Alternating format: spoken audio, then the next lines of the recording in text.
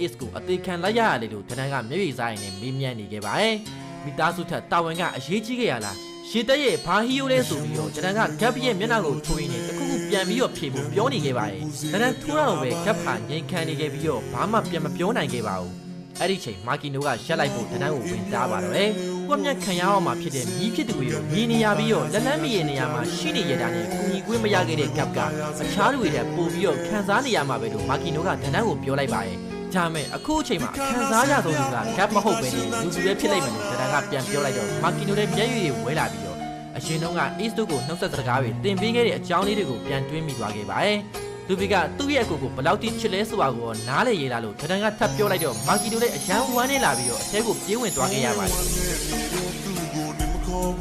ပြုံးနေစီလို့ဂျုံမဲ့ရုပ်တွေငါဝယ်ထားတယ်မမုံနဲ့